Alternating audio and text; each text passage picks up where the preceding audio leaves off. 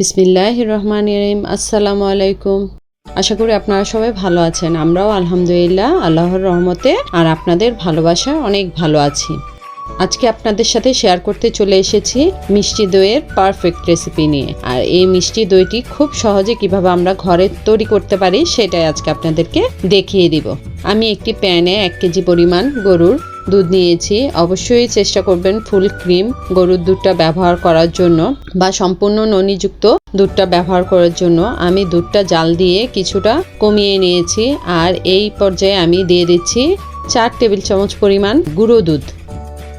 আমি এখানে পাউডার দুধটা ব্যবহার করেছি, আপনারা চাইলে স্কিপ করতে পারেন, তবে এই দুধটা দিলে দুধের ঘনত্বটা একটু বাড়বে আর দুধটা বেশিক্ষণ চুলায় জাল দিতে হবে না। আপনারা আপনাদের দুধের পরিমাণের উপর ডিপেন্ড করে গুঁড়ো দুধটা ব্যবহার করবেন। দিয়ে দিচ্ছি 2 টেবিল চামচ পরিমাণ চিনি। মিষ্টিটা আপনাদের স্বাদ অনুযায়ী আপনারা কমিয়ে বা বাড়িয়ে ব্যবহার করতে পারেন। আপনারা যদি টক মিষ্টি খেতে চান তাহলে আমি যে পরিমাণ দিয়েছি চিনি সেই পরিমাণ ব্যবহার করতে পারেন। আর যারা বেশি মিষ্টি পছন্দ করেন তারা চিনির পরিমাণটা আরেকটু বাড়িয়ে দিলেও হয়। যার যার খাবারের টেস্ট অনুযায়ী চিনিটা কমিয়ে বাড়িয়ে আপনারা ব্যবহার করতে পারেন। দুধ চিনি যখন ফুটে উঠবে আর ফুটে উঠে কিছুটা কমে যাবে, ঠিক ওই পর্যায়ে আমি চুলাটা অফ করে দুধটাকে ঠান্ডা করার জন্য রেখে দিব। আর দুধটা ঠান্ডা হওয়ার পর একটা আঙ্গুল ডুবিয়ে আপনাদেরকে দেখিয়ে দিচ্ছি দুধের টেম্পারেচারটা কেমন হলে আপনি দইটা বসাতে পারবেন। যখন বুঝবেন আপনার আঙ্গুলটা দুধের যেই তাপটা আছে সেটা সহ্য করতে পারছে আর হাতে আর জ্বালা পোড়া করছে না, ঠিক ওই পর্যায়ে বুঝে নিতে হবে এখন দুধের টেম্পারেচারটা পারফেক্ট আছে আর দইটা এখনই বসিয়ে নিতে হবে। আমি এখানে আগে বাসায় তৈরি করা দই ছিল, সেই দইটা আমি বীজ হিসাবে ব্যবহার করব। অবশ্যই পুরনো দই ছাড়া আসলে দই পারফেক্ট ভাবে বসে না বা বসানো কঠিন হয়ে যায়। আমি এই দুই বীজটাকে বা পুরনো দইটাকে খুব ভালো করে আগে ফেটিয়ে নিয়েছি। এখন যে পাত্রে আমি দইটা বসাবো সেই শুকনো পাত্রের মধ্যে পুরাতন দইটা বা আগে থেকে তৈরি করা দইটা আমি ওই পাত্রে ঢেলে খুব ভালো করে মিশিয়ে নিচ্ছি বা ফেটিয়ে নিচ্ছি। আমি এখানে মিষ্টি দই ব্যবহার করছি, আপনারা চাইলে টক দইটা দিয়েও এই দইটা বসাতে পারেন। এই পুরানো দইটাকেই কিন্তু দই বীজ বলে, দইয়ের কিন্তু আলাদা কোনো বীজ নেই। দেখুন আমি অল্প একটু পরিমাণ দুধ নিয়েছি এবং দইয়ের সাথে মিশিয়ে নিচ্ছি। আগেই সম্পূর্ণ দুধটা দেওয়ার চেষ্টা করবেন না বা দিতে যাবেন না। আগে অল্প পরিমাণ দুধ দিয়ে দই বীজটাকে খুব ভালো করে ফেটিয়ে নেবেন, তারপরে বাকি দুধটা ওই পাত্রে ঢেলে দিবেন। এখন দেখুন আমি চামচ দিয়ে খুব ভালো করে নাড়াচাড়া করে দিচ্ছি যাতে সম্পূর্ণ দুধের সাথে দইয়ের যে বীজটা দিয়েছিলাম সেটা মিশে যায়। আর বেশিক্ষণ ধরে নাড়াচাড়া করতে যাবেন না, এটা কিন্তু একটু কুসুম গরম থাকতেই এটা বসিয়ে নিতে হবে। ঠান্ডা হয়ে গেলে কিন্তু আর দইটা বসবে না বা জমাট বাঁধবে না। এই পর্যায়ে আমি গরম কোনো জায়গায় এই দইয়ের পাত্রটি রেখে দিব।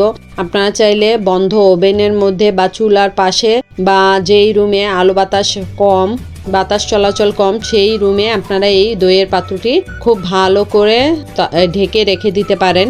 আমি এখানে নিচে একটা তাওয়াল দিয়েছি, উপরে এরকম একটা মালসা দিয়ে ঢেকে দিব আর উপর দিয়ে আরও কিছু ভারী কাপড় দিয়ে ঢেকে দিব বা তয়লা দিয়ে ঢেকে দিব। আপনারাও চেষ্টা করবেন খুব ভালো করে ঢেকে দেওয়ার জন্য যাতে ভিতরে যে ভাপটা আছে সেটা কোনোভাবে বের না হয়। এভাবে করেই আমি 6 থেকে 7 ঘন্টার জন্য চুলার পাশে রেখে দিব। ফিরে আসবো 6 ঘন্টা পর।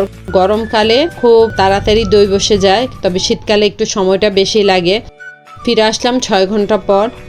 এখন আপনাদেরকে পাত্রটি তুলে দেখিয়ে দিচ্ছি আমার দইয়ের পাত্রটি বা দইটি কতটা সেট হয়েছে বা কেমন পারফেক্ট হয়েছে।